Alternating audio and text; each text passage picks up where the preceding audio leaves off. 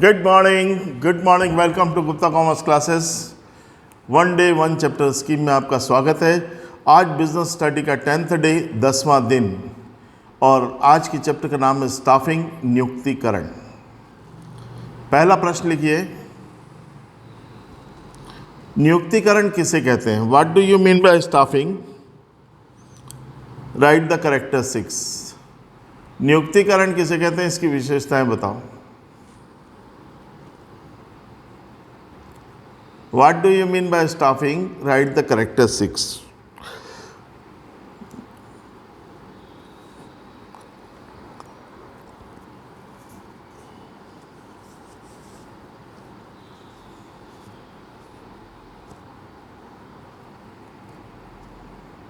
What do you mean by staffing? Write the characteristics. नियुक्तिकरण किसे कहते हैं, इसकी विशेषताएं बताइए। आंसर लिखिए। Staffing is most important function of management. नियुक्तिकरण प्रबंध का अत्यंत महत्वपूर्ण या सबसे महत्वपूर्ण कार्य है। Staffing is most important function of management. नियुक्तिकरण प्रबंध का सबसे महत्वपूर्ण कार्य है।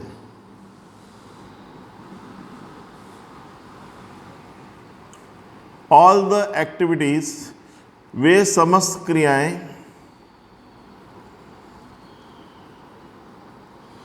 जो पद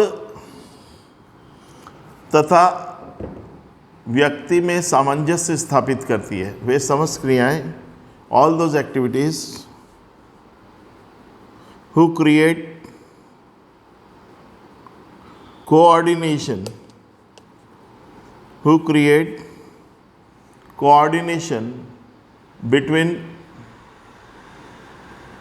post and person, वे समस्त क्रियाएं जो पद तथा व्यक्ति के मध्य समन्वय का कार्य करती है,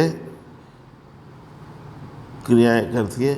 ऑल दोज एक्टिविटी, वे सभी क्रियाएं जो पद व व्यक्ति के सामंजस्य स्थापित करने की समस्त क्रियाएं क्या कहलाती है? स्टाफिंग या नियुक्तिकरण कहलाती है।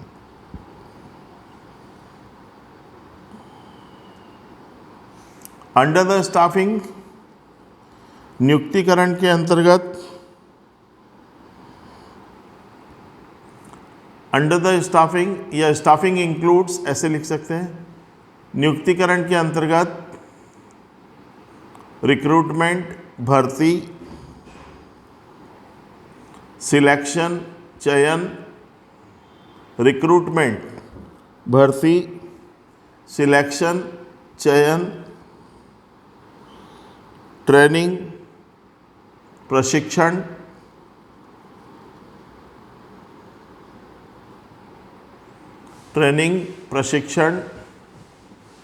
प्लेसमेंट, पदांकन, पद पे अंकन, पदांकन, प्लेसमेंट, प्रमोशन, पदोन्नति, पद की उन्नति, पदोन्नति, प्रमोशन, डिमोशन, पद अवनति, डिमोशन,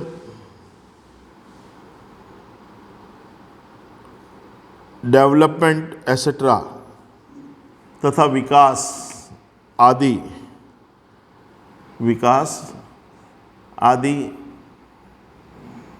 स्टाफिंग के अंतर्गत आते हैं। लिख ही दिया था अपन ने, स्टाफिंग इंक्लूड्स ये सारी चीज़ें एसेट्रा।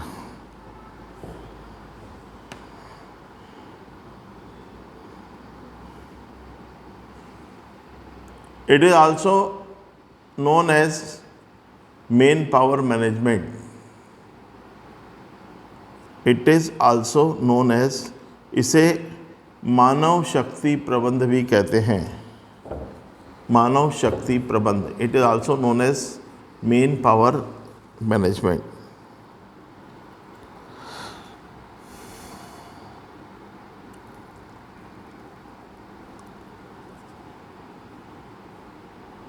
कैरेक्टरिस्टिक्स, विशेषताएं। Point number first,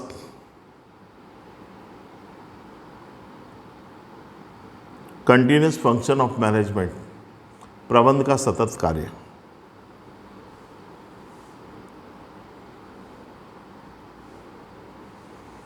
staffing is a continuous function of management. Staffing या नियुक्तिकरण प्रबंध का सतत कार्य है।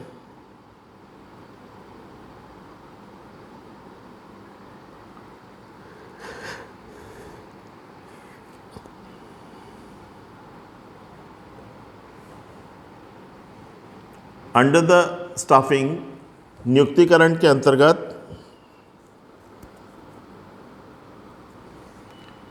Present blank post are filled, वर्तमान रिक्त पदों को भरा जाता है।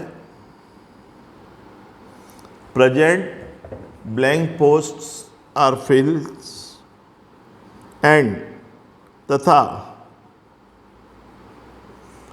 Forecast for the future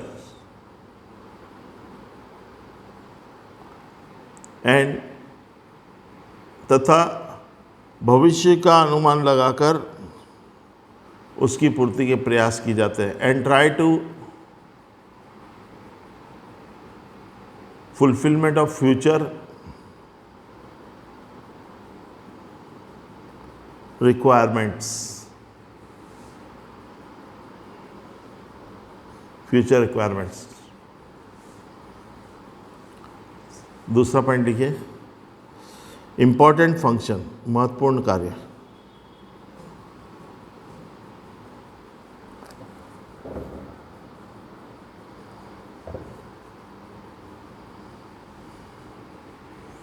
the success of any institution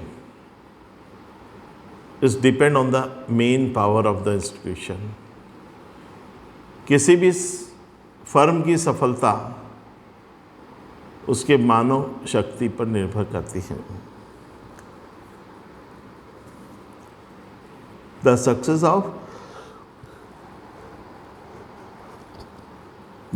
of main power, the success of any institution is depend on the man power of the institution. किसी भी firm की, किसी भी संस्था की सफलता उसके मानव श्रम पर निर्भर करती है।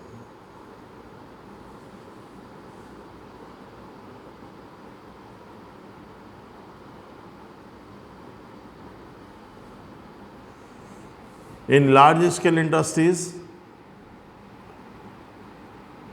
बड़े उद्योगों में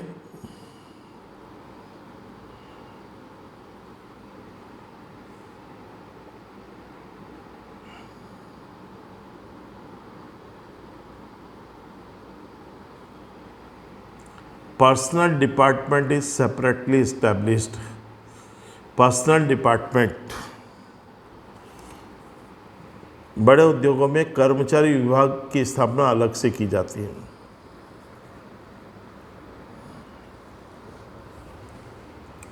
in large scale business, the personal department is separately established.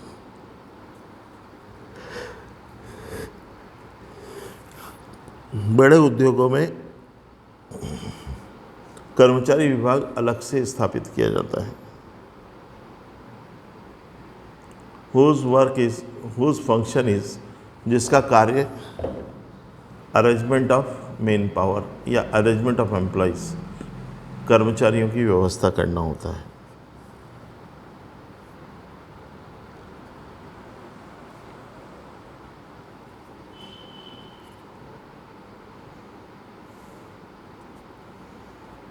अगला है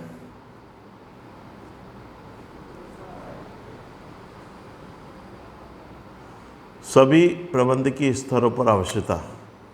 नीड, सभी प्रबंधकीय स्तरों पर आवश्यकता।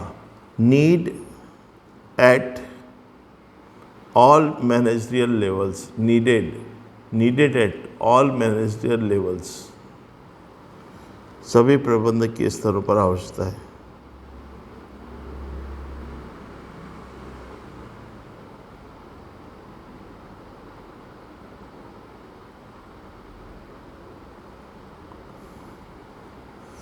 Need at all managerial levels, प्रत्येक प्रबंधकीय स्तर पर इसकी आवश्यकता है। लिखिए,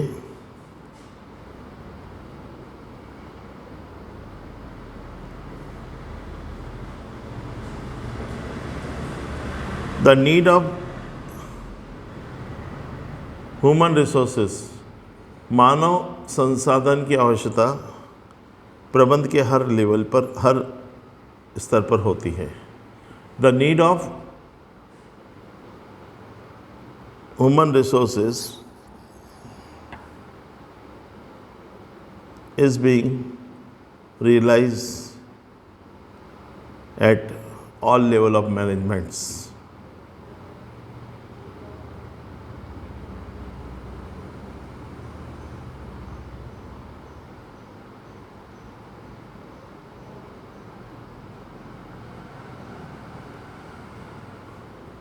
टॉप लेवल मैनेजमेंट, उच्च स्तरीय प्रबंध, मध्यम स्तरीय प्रबंध की नियुक्ति करता है। Top level management appoints middle level management.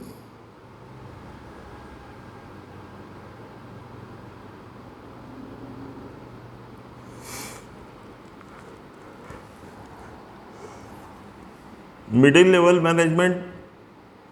Level management appoints lower level management. मध्यम स्तरीय प्रबंध निम्न स्तरीय प्रबंध की नियुक्ति करता है। एंड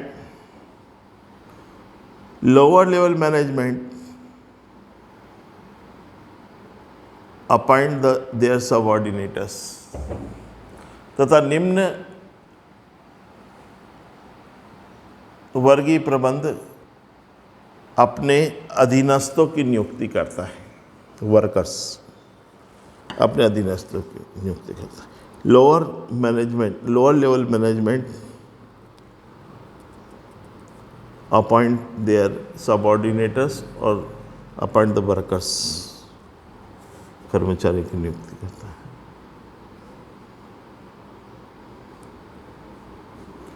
सोशल रिस्पॉन्सिबिलिटी, अगला है सामाजिक उत्तरदायित्व। मनुष्य समाज का एक अंग होता है। Man is a part of society.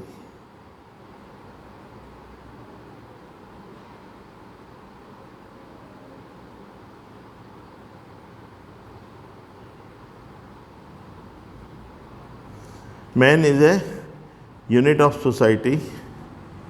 मनुष्य समाज का एक हिस्सा होता है, एक अंग होता है। Staffing is related with persons, नियुक्तिकरण मानव से संबंधित होता है।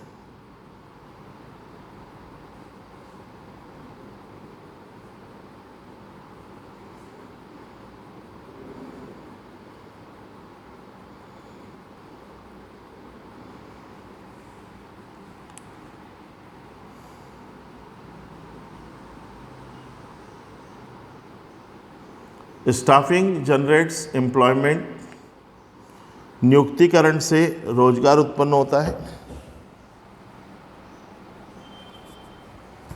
जो विच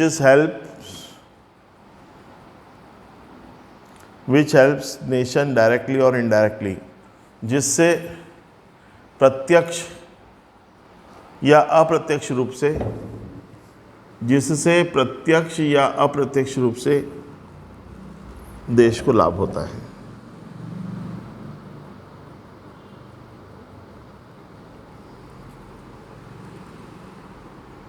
अतः so far this function is also regarded to social responsibility of the management. अतः यह कार्य सामाजिक उत्तरदायित्व का भी निर्वहन करता है। So for this function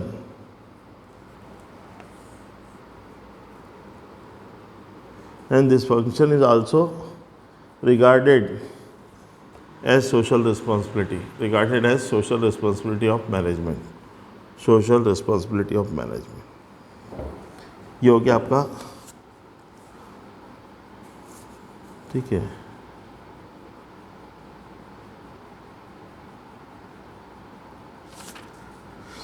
नियुक्तिकरण किसे कहते हैं?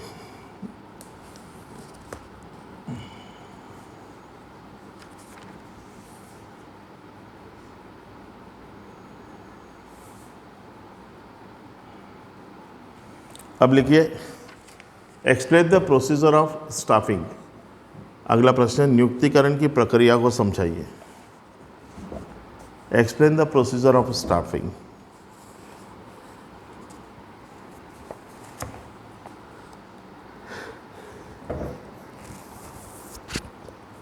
केवल आप लोग पॉइंट पॉइंट लिख लीजिए। नियुक्तिकरण की प्रक्रिया को समझाइए। Explain the procedure of staffing.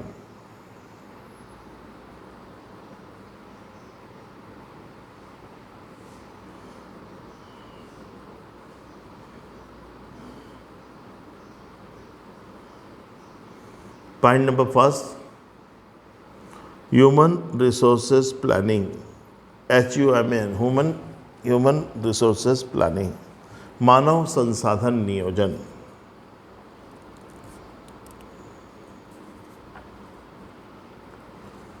It is the first step of staffing. यह स्टाफिंग का पहला कदम है। The main object of human resources planning is, मानव संसाधन नियोजन का मुख्य उद्देश्य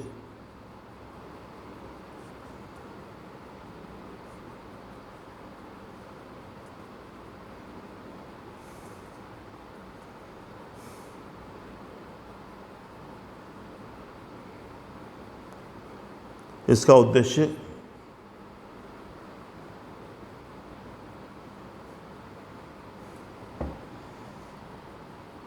यह स्टाफिंग प्रक्रिया का पहला कदम है। मानव संसाधन नियोजन का उद्देश्य यह सुनिश्चित करना है कि संगठन में कर्मचारियों की आवश्यकता की निरंतर पूर्ति होती रहे। The main object of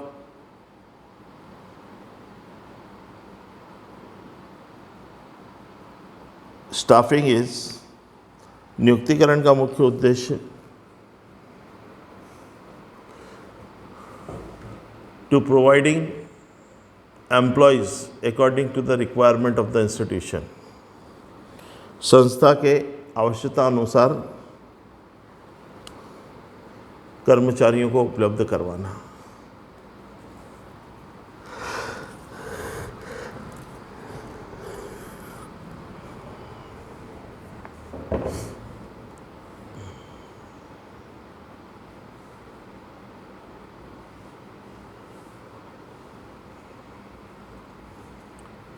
When and how many persons are required, कब कितने लोगों की आवश्यकता है।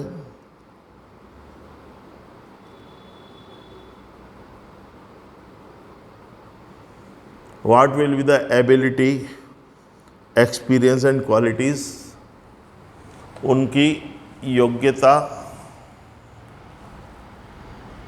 अनुभव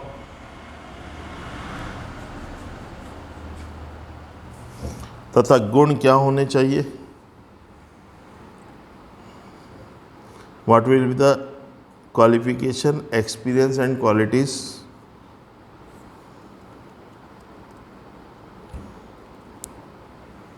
all these things, इन सभी बातों का विस्तृत अध्ययन, all these things are deeply studied under human resources planning.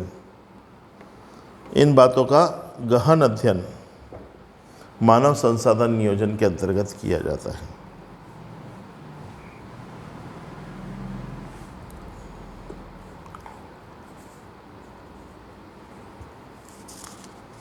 Second, recruitment, भर्ती।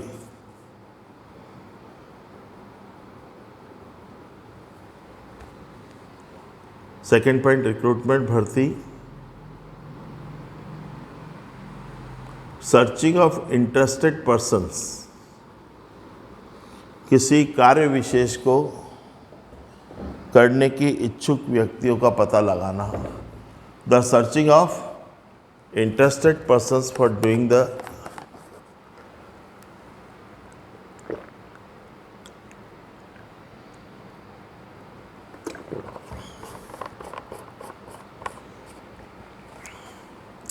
किसी कार्य विशेष को करने के इच्छुक व्यक्तियों का पता लगाना भर्ती कहलाता है। The searching of interested persons for particular job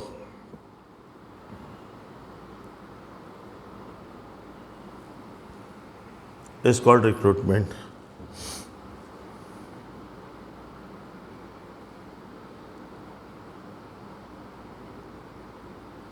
It is second process of staffing। यह नियुक्तिकरण की दूसरी प्रक्रिया है, यह दूसरा कदम है। It is the second step of staffing। यह नियुक्तिकरण का दूसरा कदम है।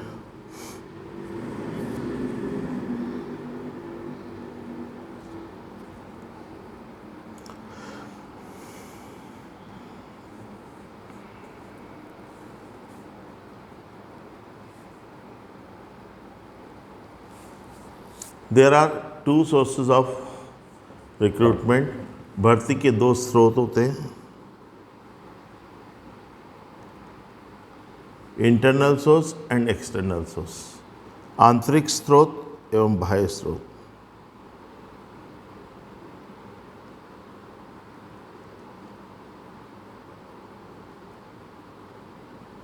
ठीक है।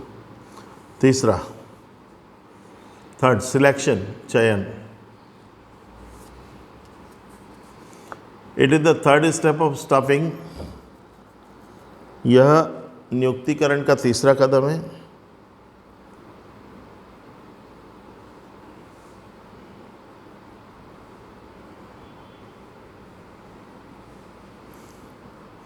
इन दिस प्रोसेस, इस प्रक्रिया में applications is calls from the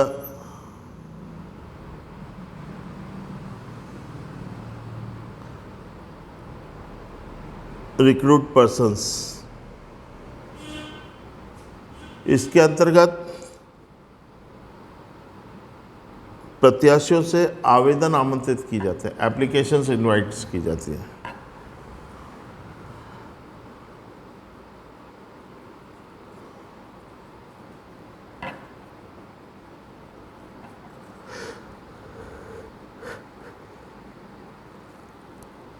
and taking interview तथा साक्षात्कार लिया जाता है।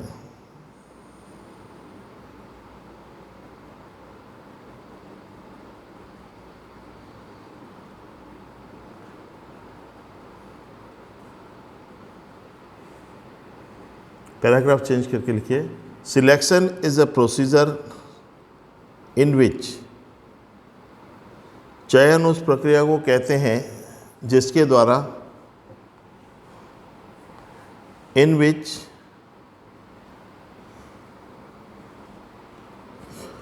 probable applicants are selected from the recruitment, जिसके द्वारा भर्ती में से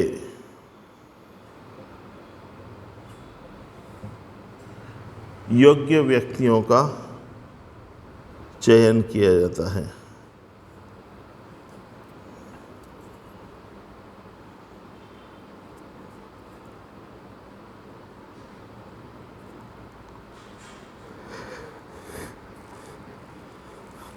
ठीक है, योग्य व्यक्ति का चयन किया जाता है, सर, है ना।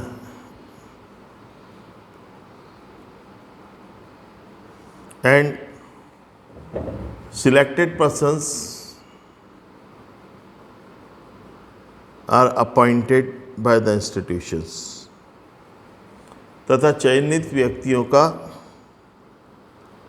की नियुक्ति कर ली जाती है। And selected persons are appointed in the institution। तथा चयनित व्यक्तियों की नियुक्ति कर ली जाती है।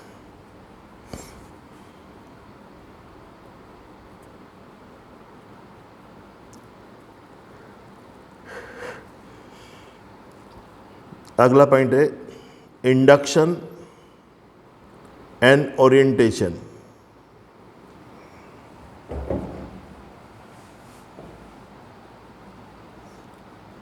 Induction and orientation and taking charge. अनुस्थापन, अभिविन्यास, अनुस्थापन, अभिविन्यास तथा पद ग्रहण करना।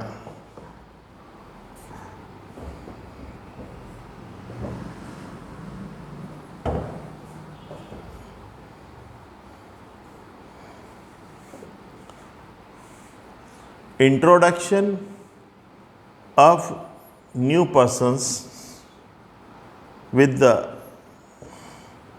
senior persons of the institution। नए कर्मचारियों का अपने अधिकारी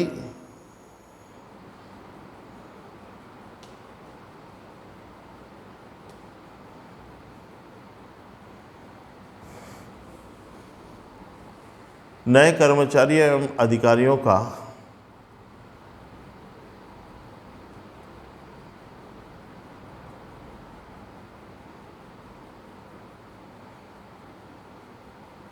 संगठन में कार्यरत उच्च अधिकारियों से परिचय कराया जाता है। The introduction of new appointment persons are done with the senior persons of the organization।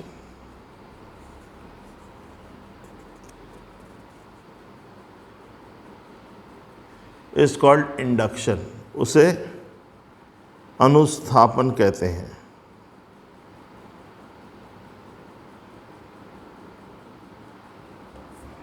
thereafter, तत्पश्चात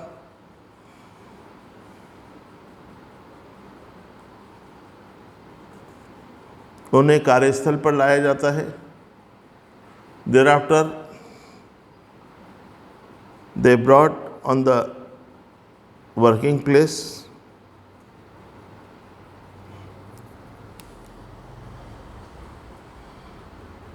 and taking the charge, तथा उनके द्वारा कार्यभार लिया जाता है।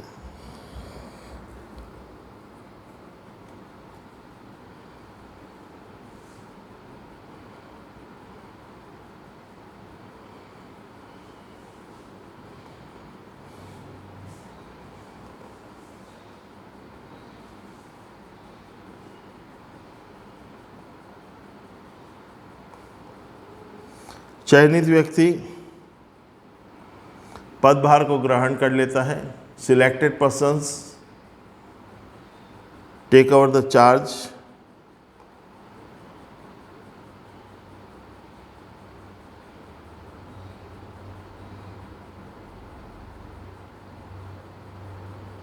जिस पद पर कार्य करने के लिए उसे नियुक्त किया गया है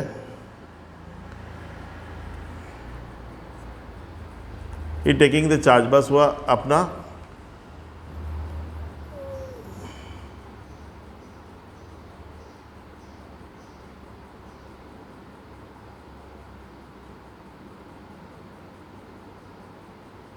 कार्यभार ले लेता है ना, बस।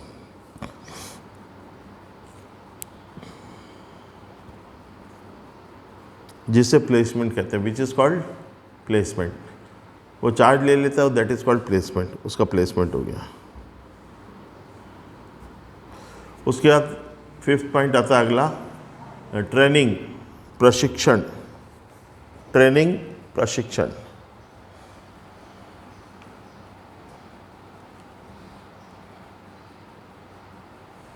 It is the 5th step of staffing. यह नियुक्तिकरण का 5वां कदम है। In which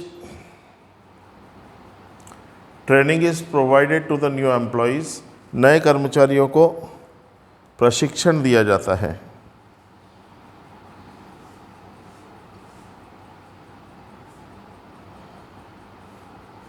who increases the working efficiency of employees, जिससे कर्मचारियों की कार्यक्षमता में वृद्धि होती है। Who increases the efficiency of employees, जिससे कर्मचारियों की कार्यक्षमता में कार्यकुशलता में वृद्धि होती है। नेक्स्ट पॉइंट, डेवलपमेंट, विकास।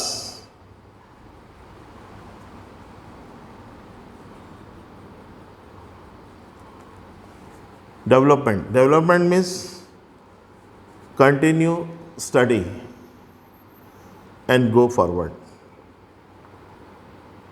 विकास का आशय सतत अध्ययन करना, निरंतर सीखना और आगे बढ़ना होता है।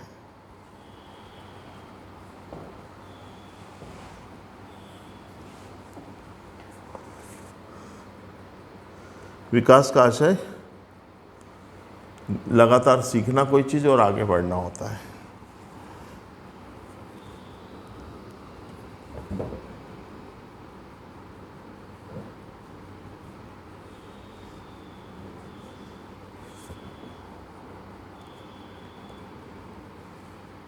There are various opportunities in the service for promotion.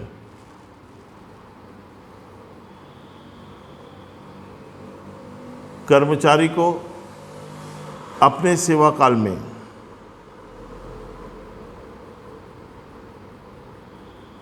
उन्नति के कई अवसर प्रदान होते हैं।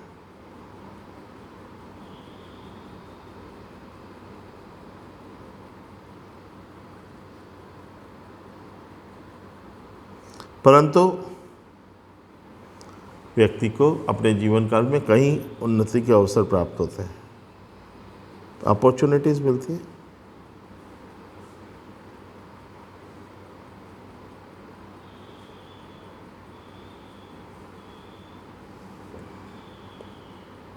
डेवलपमेंट चल रहा है ना। कर्मचारी को अपने सेवा काल में प्रगति और उन्नति के अवसर मिलते हैं।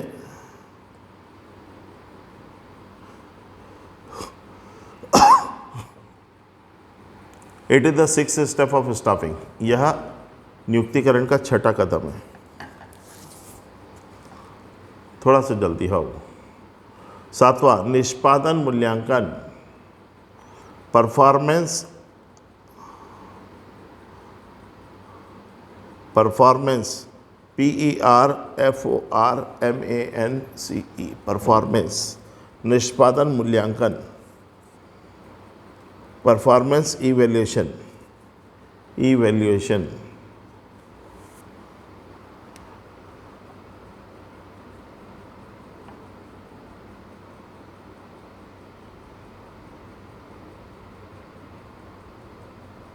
It is the 7th step of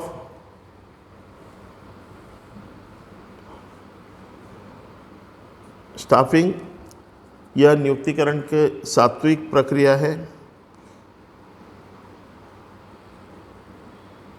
इन विच, जिसमें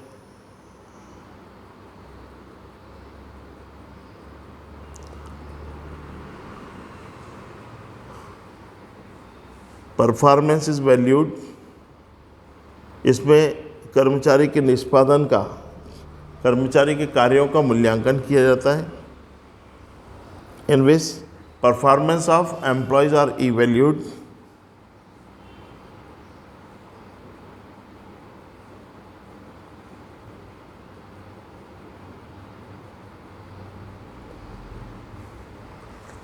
इन case of higher level valuation, उच्च कोटि के मूल्यांकन पर employees are awarded.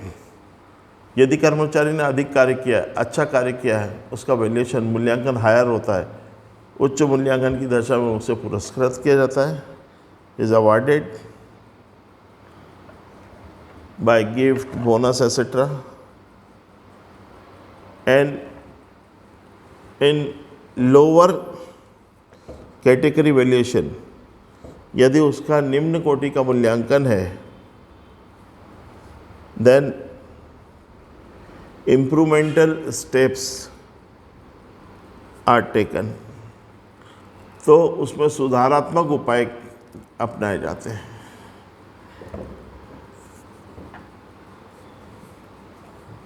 इम्प्रूवमेंटल processes are adopted, उसमें सुधारात्मक उपाय अपनाए जाते हैं, जैसे फॉर एग्जांपल एडिशनल ट्रेनिंग, अतिरिक्त प्रशिक्षण,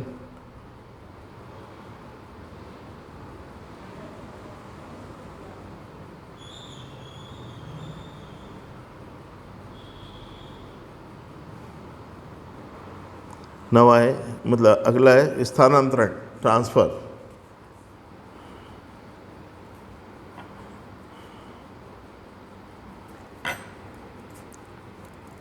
अंडर दिस, इसके अंतर्गत employ are shifted from one place to another place, इसके अंतर्गत कर्मचारी को एक स्थान से दूसरे स्थान पर स्थानांतरित कर दिया जाता है।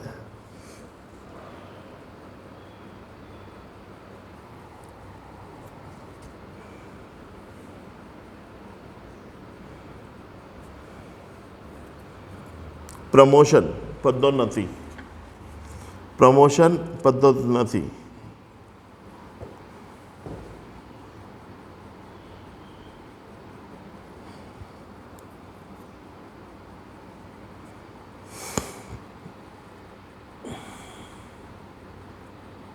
इट इज द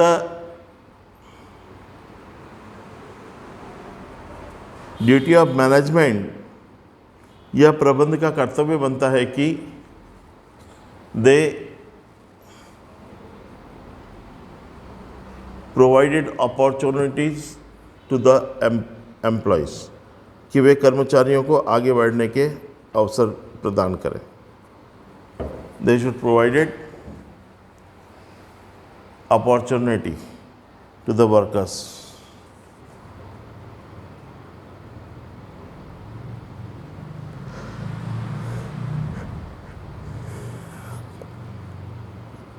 हाँ जी,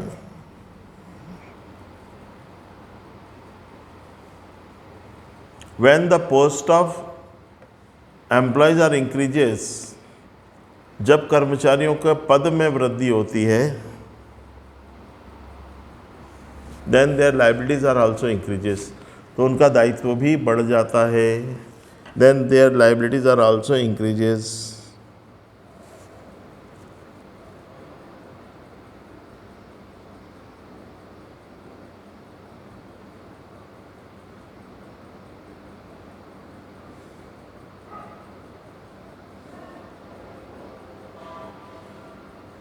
ठीक है।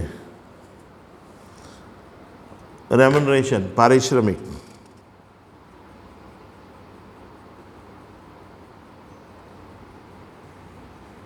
Organisation provided salary to the employees regarding their services, संगठन के द्वारा कर्मचारियों को उनके कार्य के बदले में वेतन दिया जाता है।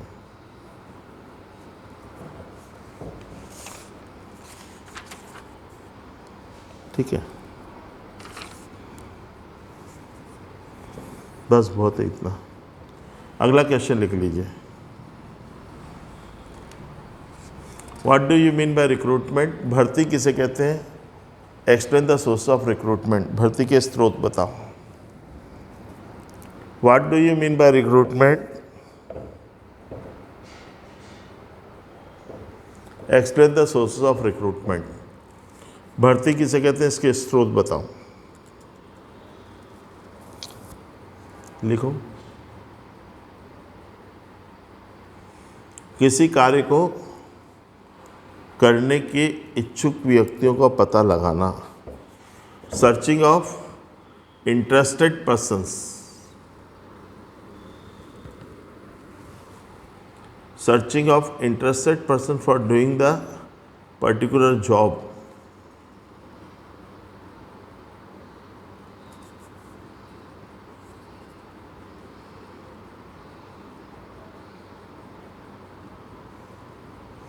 searching of interested person for doing the particular job is called recruitment.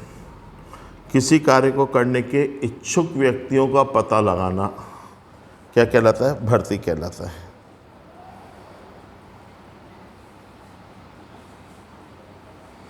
There are two source of recruitment.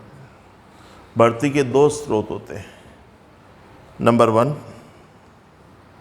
Internal source, आंतरिक स्रोत।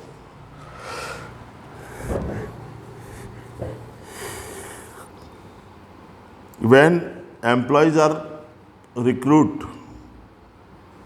जब कर्मचारियों की भर्ती संगठन के भीतर से ही कर ली जाती है। When employees are recruit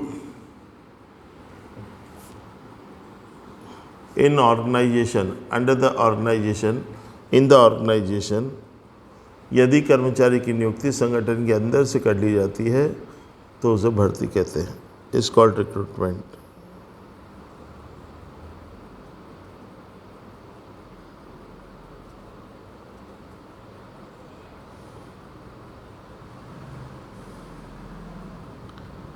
number 1, internal sources, आंतरिक स्रोत। बताया ना, इंटरनल सोर्स में क्या होता है? When workers are appointed in the organisation, जब कर्मचारियों की नियुक्ति संगठन के अंदर से ही करती जाती है सॉरी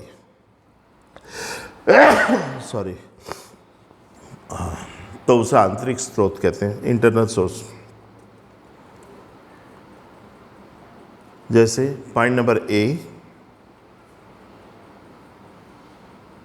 प्रमोशन, पदोन्नति।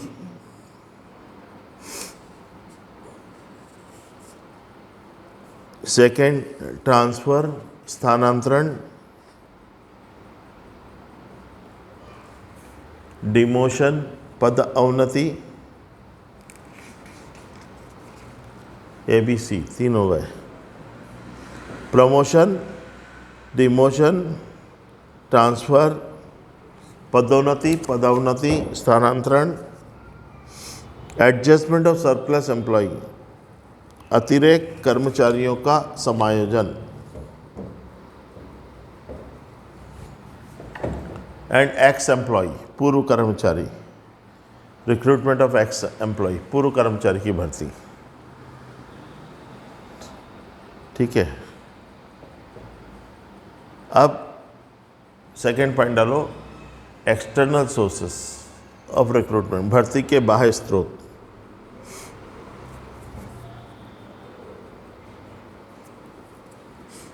व्हेन, जब कर्मचारियों की नियुक्ति संगठन के बाहर से की जाती है। व्हेन एम्प्लॉयज आर अपॉइंटेड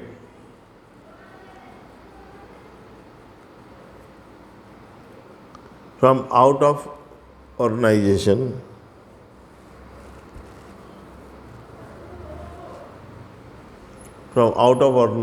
संगठन के बाहर से की जाती है, इज कॉल्ड एक्सटर्नल सोर्स, उसे बाह्य स्रोत कहते हैं। जैसे for example,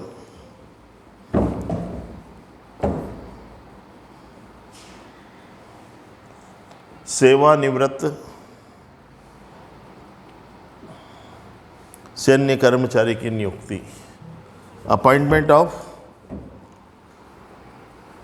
retired military persons, होता है ना, सेवानिवृत्त सैन्य कर्मचारी की नियुक्ति। Recruitment of retired military person.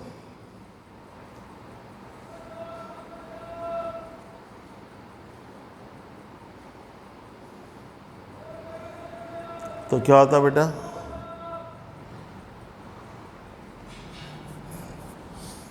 The age of retirement of military persons are very low. Military कर्मचारियों की या सेना के कर्मचारियों की सेवानिवृत्ति की आयु बहुत कम होती है।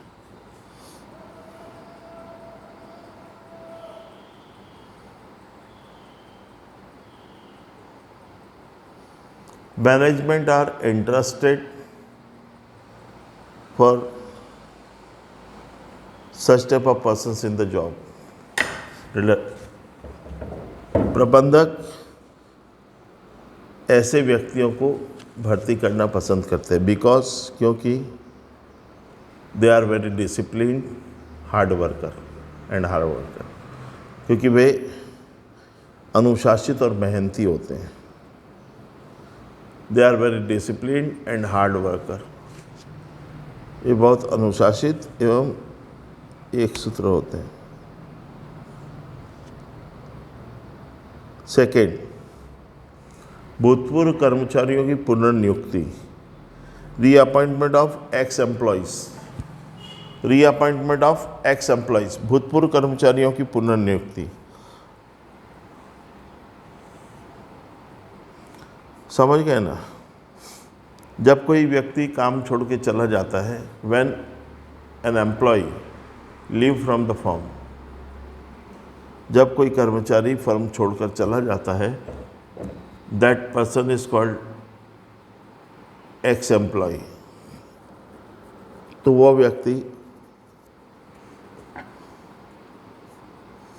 भूतपूर्व कर्मचारी कहलाता है। That person is called ex employ, वह व्यक्ति भूतपूर्व कर्मचारी कहता है।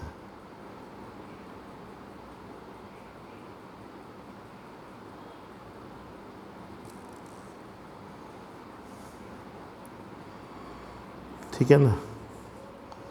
तो when institution needed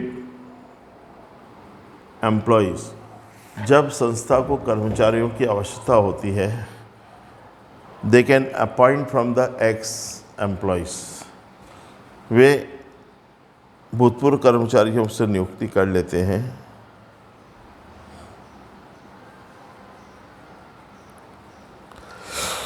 friends and relatives of existing employees, वर्तमान कर्मचारियों के मित्र एवं रिश्तेदारों की भर्ती।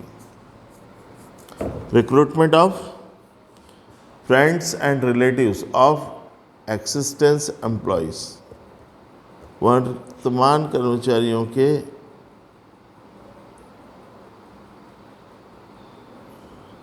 मित्रों और रिश्तेदारों की भर्ती। Recruitment of friends and relatives of existing employees.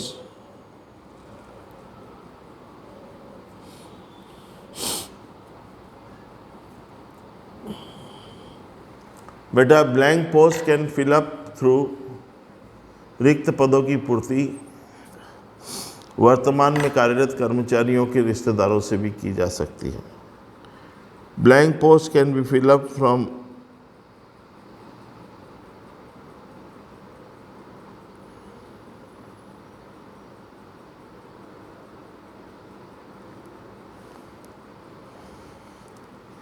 भूतपूर्व कर्मचारियों की पुनर्नियुक्ति के बाद वर्तमान कर्मचारी के मित्र और रिश्तेदार की भर्ती।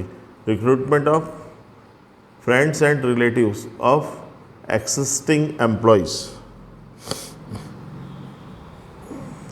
व्हेन इंस्टीट्यूशन नीडेड एम्प्लॉयज़, जब संस्था को कर्मचारियों की आवश्यकता होती है, they can recruit the employees from friends and relatives of existence employees. तो वे वर्तमान कर्मचारियों के मित्रों और रिश्तेदारों की नियुक्ति को कर लेते हैं। अगला है रिक्रूटमेंट थ्रू एम्प्लॉयमेंट ऑफिस, रोजगार कार्यालय द्वारा नियुक्ति भर्ती। रिक्रूटमेंट थ्रू एम्प्लॉयमेंट ऑफिस, रोजगार कार्यालय द्वारा भर्ती। इसमें क्या किया जाता है बेटा? Recruitment can be done through the employment office also. बेटा, कर्मचारियों की भर्ती रोजगार कार्यालय के माध्यम से भी की जा सकती है। ठीक है? ओके। एक है recruitment on the factory gate. Recruitment on the factory gate, कारखाना द्वार भर्ती, कारखाने के द्वार पे भर्ती, ये क्या चीज़ है?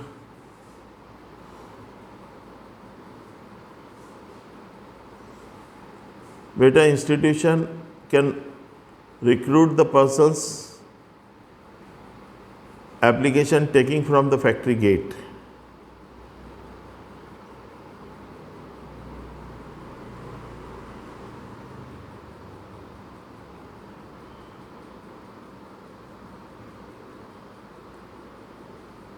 ठीक है,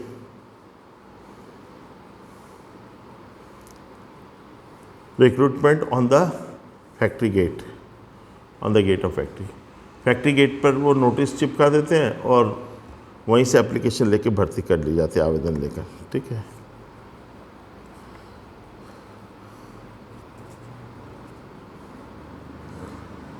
रिक्रूटमेंट थ्रू एजुकेशनल इंस्टीट्यूशन, शैक्षणिक संस्थाओं से भर्ती, जिसको हम परिसर भर्ती भी कहते हैं, campus recruitment.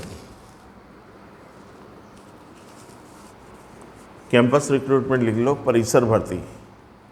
When employees are recruit directly from the educational institutions, यदि कर्मचारियों की नियुक्ति सीधे शैक्षणिक संस्थाओं से कर ली जाती है, सीधे शैक्षणिक संस्थाओं में जाकर कर ली जाती है, तो उसे इज कॉल्ड कैंपस रिक्रूटमेंट, उसे परिसर भर्ती कहते हैं। रिक्रूटमेंट थ्रू एडवर्टाइजमेंट, विज्ञापन द्वारा भर्ती। In this method, advertisement is given in newspaper, television, radio, etc.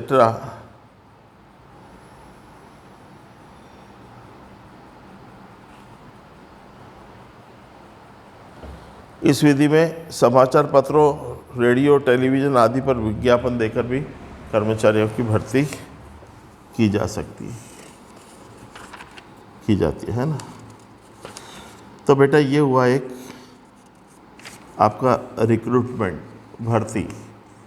भर्ती किसे कहते हैं? इसके स्रोत। ठीक है, दो, इंटरनल एंड एक्सटर्नल।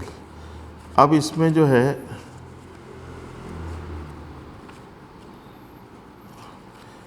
एक तो बचा आपका difference between internal and external sources of recruitment, भर्ती के आंतरिक तथा बाह्य स्रोतों का अंतर, और एक सिलेक्शन, प्रोसीजर ऑफ सिलेक्शन, चयन की प्रक्रिया। दो मेन क्वेश्चन बचे हैं जो हम अब आपको कराएंगे कल, क्योंकि थ्योरी में इतना झेल लिया बहुत है।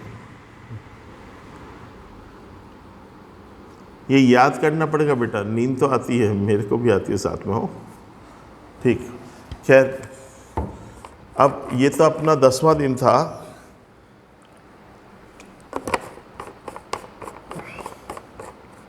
थोड़ा सा अपन कंडीशन देखते हैं। अब बहुत ज़्यादा कोर्स नहीं बचा है, ये अपना छठा चैप्टर है, मतलब 6 और 1 7, 7 डेज लगने चाहिए आज के बाद। मतलब ये 10वां लेक्चर है, 10 और 7 17, 17 से 18 लेक्चर में आपका पूरा हो जाए। 16 लेक्चर में आपका अकाउंट्स हुआ और 16-17 लेक्चर में बिजनेस होगा। ठीक है, बाकी हम कल देखेंगे। जिनका फीस ड्यू है कृपया फीस जमा कराएं और 1 डे 1 चैप्टर स्कीम से वंचित न रहे। इसमें ऑटोमेटिक सिस्टम में आपका डेट आते ही ऑटोमेटिकली नाम स्टक ऑफ हो जाता है, कट जाता है ना। अगर किसी कारण से आप नहीं देख पा रहे हैं, नाम कट जाता है, तो तुरंत फ़ोन लगाएं, है ना। और आपको नंबर दिए जाते हैं बार बार, एक बार लिख लो आप अपनी कॉपी में। अभी नोट्स बना रहे हो तो कॉपी खुली होगी ना, एक मोबाइल नंबर लिखो 789837 6547 7898376547। ये एक मोबाइल नंबर है, इससे आप आपकी फ़ीस के 800 रुपये पेटीएम या गूगल पे कर सकते हैं, और पेटीएम या गूगल पे कर उसका स्क्रीनशॉट इसी नंबर पर जो अभी आपको लिखवाया है उस पर भेज दीजिए, जो कि आपकी क्लास कंटिन्यू रह सके। ठीक है, बाकी हम कल देखेंगे। आज के लिए हमें आज्ञा दीजिए। अलविदा।